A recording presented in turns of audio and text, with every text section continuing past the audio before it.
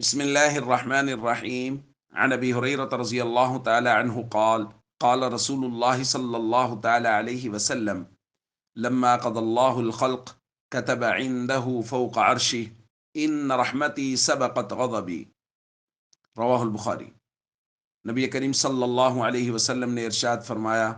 جب اللہ تعالیٰ نے مخلوق کو پیدا کیا تو عرش پہ اپنے پاس لکھا کہ بے شک میری رحمت میرے غصہ سے آگے بڑھ گئی ہے، اور ایک روایت میں فرمایا ان رحمتی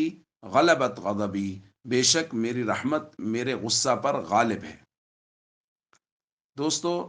یہ ایک ضابطہ ہے جو اللہ رب العزت نے خود بنایا اور اپنے پاس اس کو لکھ کے رکھا کہ میرے غصہ پر میری رحمت ہمیشہ غالب رہے گی، اور اسی اصول اور ضابطے کا ہی اظہار ہے کہ اس وقت جو نافرمانیاں ہو رہی ہیں اور جو اس امت میں بگاڑ ہم سب کو نظر آ رہے ہیں، عدالتوں میں انصاف بکتے ہوئے نظر آ رہے ہیں، سڑکوں پر علی اعلان اور دفاتر میں لوگ رشوتیں لے رہے ہیں، لوگ یعنی وہ لوگ جو انصاف کے محافظ ہیں وہی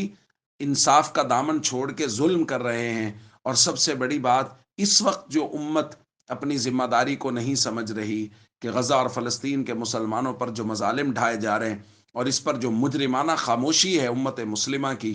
اس پر بھی اگر اللہ کے عذاب کا کوڑا نہیں برسا تو یہ فقط اس لیے کہ اللہ کی رحمت اللہ کے غصہ پر غالب ہے۔ اللہ کے غضب کو دعوت نہ دیں، اپنی ذمہ داریوں کو سمجھیں، اور وہ یہودی اور ان کے ساتھ چلنے والے لوگ ان کی مصنوعات کا مستقل بائیکاٹ کریں، اور غزہ اور فلسطین کے مسلمانوں کو اپنی دعاؤں میں ہمیشہ یاد رکھیں۔ السلام علیکم ورحمۃ اللہ وبرکاتہ۔